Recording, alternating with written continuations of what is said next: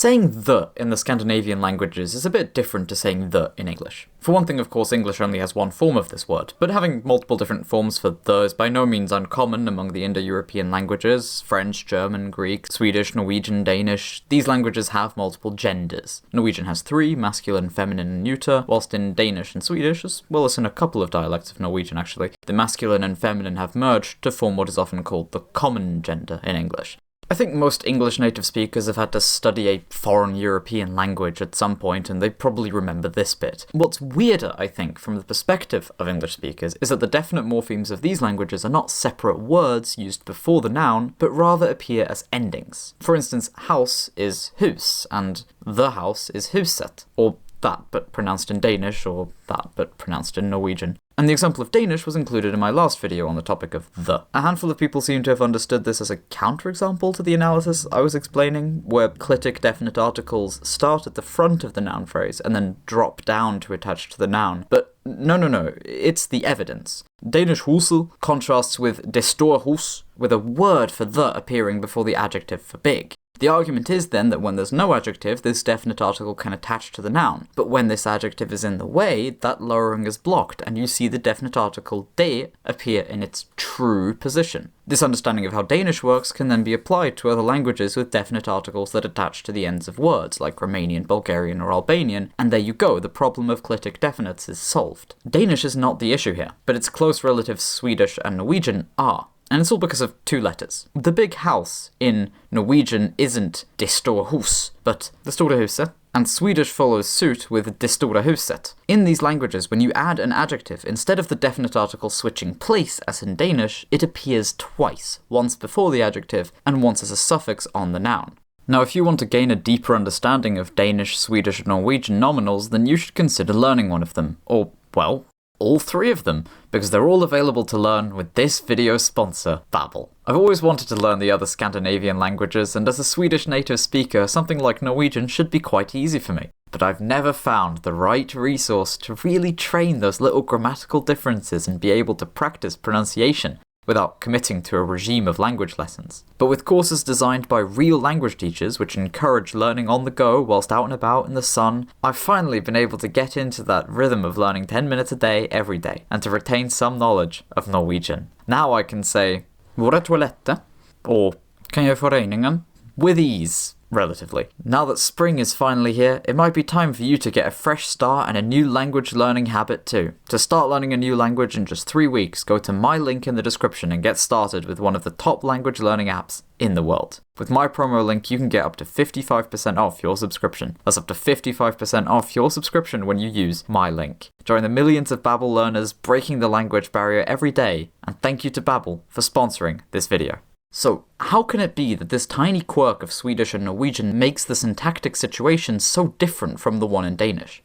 Unlike in Danish, where the definite ending and the definite article are in complementary distribution, that is, you get either one or the other, in Swedish we get a word like hunden, the dog, and then den gulliga hunden, the cute dog, with a similar pattern in Norwegian. In the last video, the big problem we were dealing with was our idea that definiteness should appear at the furthest point away from the noun, not between noun and adjective, but here, that isn't a problem, right? Neither of our definite morphemes intervene between gullig and hund, but that's just the thing. Neither of them. This example goes against a much more fundamental assumption, one that we just took for granted last time, that each unit of meaning should appear one time in the syntax. Dog appears once, cute appears once, but the seems to appear twice.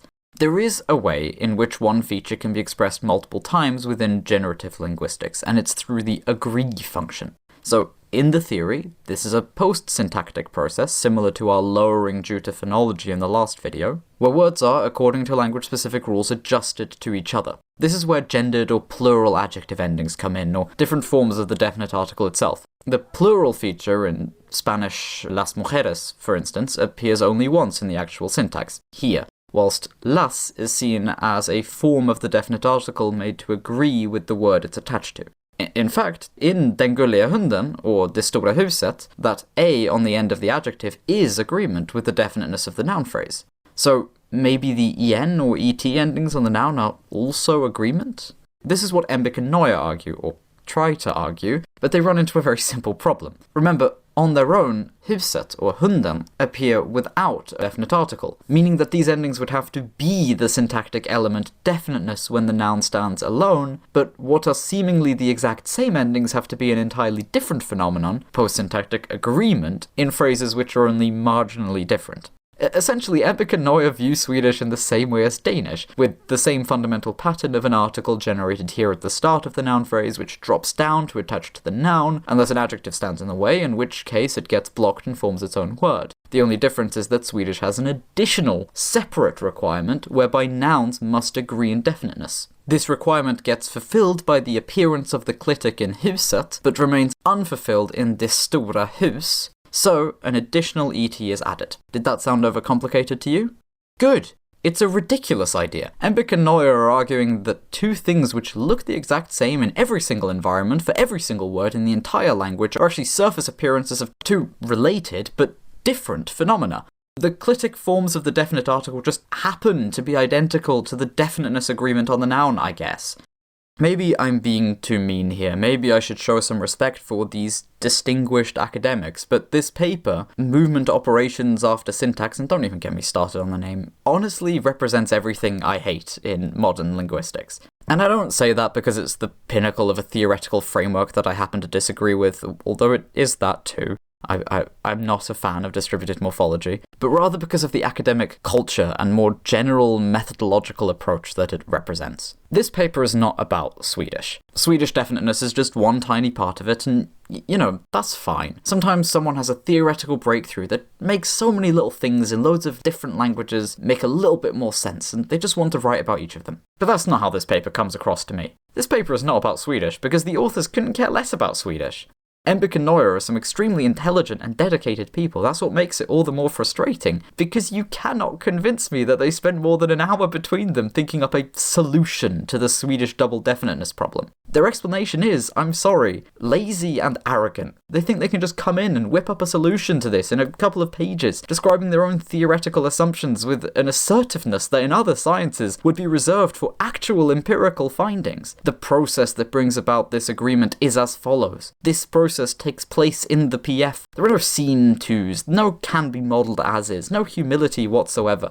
Look, I'm not saying you need to be an expert on every language you write about. I mean, look at this channel, that would be incredibly hypocritical. And I don't have anything against quickly bringing up a fact about a language in order to support some wider point, but they're not bringing in a fact about Swedish, are they? No, the fact is that Swedish has what is often called double definiteness. When an adjective appears before a noun, you get a definite article and a definite ending on the noun. Not that Swedish has a requirement to the effect that ends in deaf environments reflect the deaf feature via concord. Nor are they sitting down understanding the data and really thinking out an explanation. What they're doing is quickly cobbling together a makeshift analysis that can hold these data in place for a moment while they do what they actually care about doing, supporting and proving the adequacy of distributed morphology.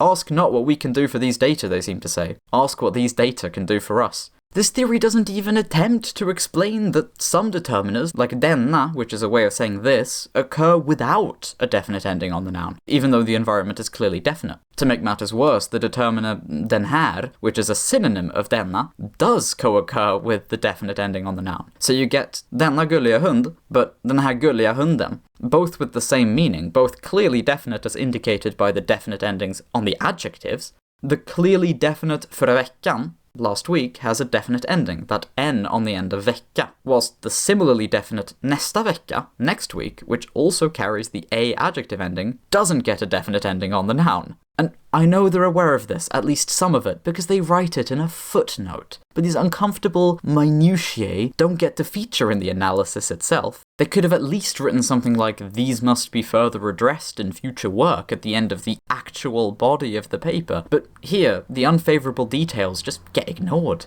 They don't even bother to spell the Swedish correctly. That's not how you spell long. At the moment this reads lang, like the German word. They forgot to put in the ring over the A, which makes a completely separate letter of the Swedish alphabet. And I know, it's just one stupid ring, and I'm not exactly one to talk about typos, they pop up in my videos too. And really how these words are spelled or pronounced is completely irrelevant to the syntactic argument they're making. But come on, the original paper they get this example from spells it correctly. They literally just needed to copy it out.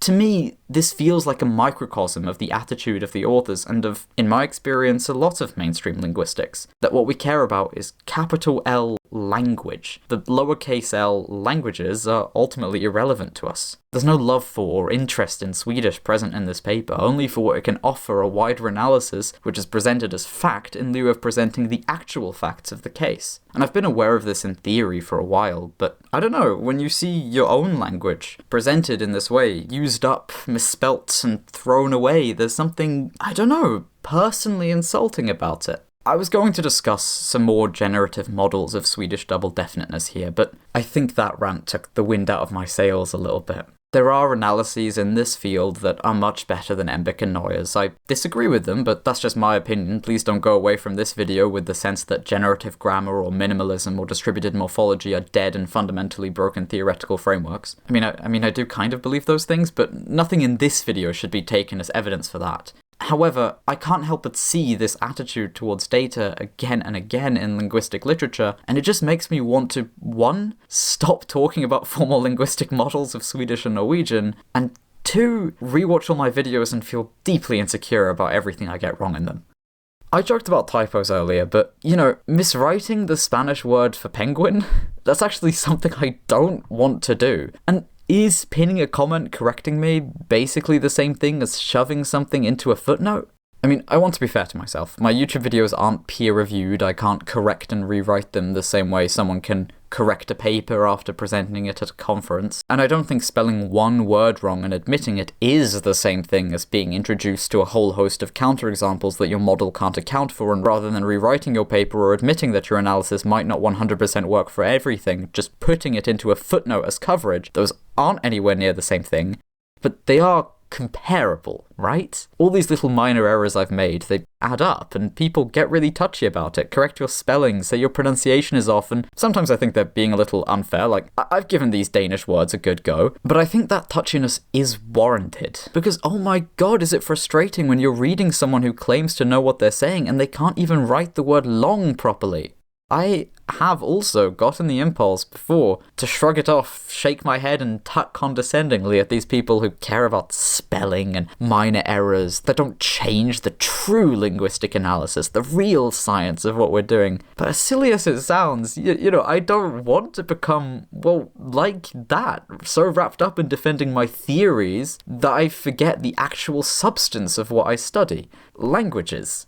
And in this age of mass language extinction, death, and flattening of dialects, the anglicization of Europe, yes, I appreciate the irony of a European complaining about overuse of English in English to an audience of mostly English speakers, the Mandarinization of China, and so on and so forth, I think it's more important than ever to respect languages for what they are, on their own terms. Swedish and Norwegian and Danish are not the biggest languages, but they deserve to be understood and recorded accurately. And even they, especially Swedish, are in the grand scheme of things pretty widely spoken. Swedish has 10 million speakers. What about the languages with 1 million? 100,000?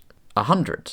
If linguists can't be bothered to accurately report the actual facts of these languages, skipping past all that riffraff to get to the juicy post-syntactic DP movement analysis, then who will? And of course, I think about my own role in that. In the very first video I ever made, when I mentioned Irish, most of the pictures I put up on screen were of Scottish Gaelic. And that might have been posted before I had any audience other than my parents shout out, and it's only on screen for a second, but it's still slightly horrifying to me that hundreds of thousands of people have seen that video. I would describe my two videos about Pirha as very broadly in the same vein as this one, or at least somewhere in the same rock. And I do emphasize the fact that we need more knowledge about this language, more empirical research, etc. General point was about linguists' unwillingness to accept the possibility of falsification rather than that Pirha necessarily falsified Chomsky's universal grammar. But I do wonder how helpful it is to the culture of linguistics for Daniel Everett or his supporters or myself to be flinging this badly recorded 300-speaker language around like some kind of weapon. I don't know the first thing about Pirha, and you know what? I have no clue why Swedish definiteness works in the way it does. With one word, you get a single definite ending. With an adjective, you get double definiteness, triple if you count the adjective ending. Some determiners trigger the ending, some don't. Some adjectives appear without the article, some with an ending, some without. Possessive pronouns trigger the definite ending in the adjective, but not on the noun. And something that I very rarely see addressed, on a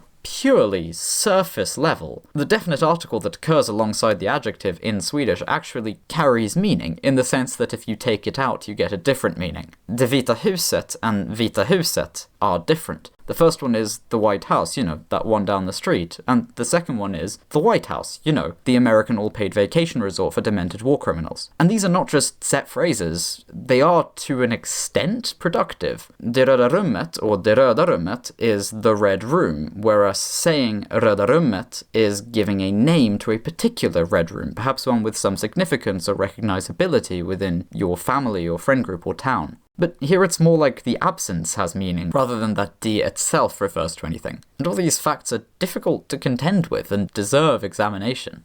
I think I come across as quite frustrated in this video, but having taken a deep breath and calmed down a little, I have to say, maybe I was too mean to Embick and Noyer. They come from a different school of thought. Their priorities are not my priorities. I also don't want to give the impression that I'm against all forms of overarching analysis, or even that I'm strictly against grand theory. I think I just come at these things from a slightly different perspective than the current prestige approach within American and, though admittedly to a somewhat lesser extent, European linguistics. In my opinion, our task as linguists should be first to understand structures on their own terms in the context of their own languages, and then to generalize and model and wonder about the nature of language itself.